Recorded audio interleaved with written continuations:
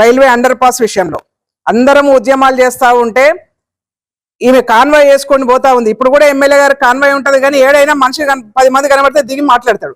కానీ ఆమె అద్దాలు ఎక్కించుకొని పోకుండా ఇది రాదు, ఈ అండర్ పాస్ రాదు అని చెప్పేసి మాట్లాడిన సందర్భం. చనిపోతే 3 కిలోమీటర్ల చొప్పున తీసుకొచ్చి శ్మశాన వాటికకు తీసుకెళ్లినటువంటి సందర్భం. అంటే మనం సమస్యలు ప్రజలు ఎట్లా గుర్తుపెట్టుకుంటున్న విషయం చెప్తా ఉన్నాను. జుడికల్ అండర్ పాస్ కావచ్చు, ఆలేరులో అనేక సంవత్సరాల నుంచి డ్రైనేజ్ సమస్య ఉంది. ఎన్నిసార్లు మొరబెట్టుకున్నా వినే పరిస్థితి లేదు.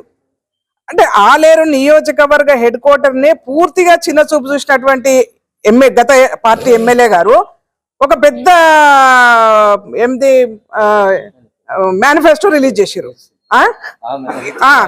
దాన్ని చూస్తే నిజంగా పరిశాన్ అయిపోయినాం మేము. ఏంటంటే ఒక్కొక్క దగ్గర 10 లక్షలు పెట్టినామని చెప్తారు. నేను నిజంగా వాళ్ళు పెట్టిన దానిలో 1-2 విషయాలు నేను పర్సనల్ గా ఎంక్వైరీ చేసిన. అక్కడ మోరీ లేదు, డ్రైనేజీ లేదు, అక్కడ రిపేర్ లేదు. 10 లక్షల రూపాయలు కేటాయించినామని చెప్పేసి మాట్లాడినారు. నేను అక్కడనే మన మీడియాలో వస్తే కూడా అన్నాం, అమ్మ సునీతమ్మ గారు చాలా బ్రహ్మాండమైనటువంటి మేనిఫెస్టో మీరు రిలీజ్ చేసిర్రు.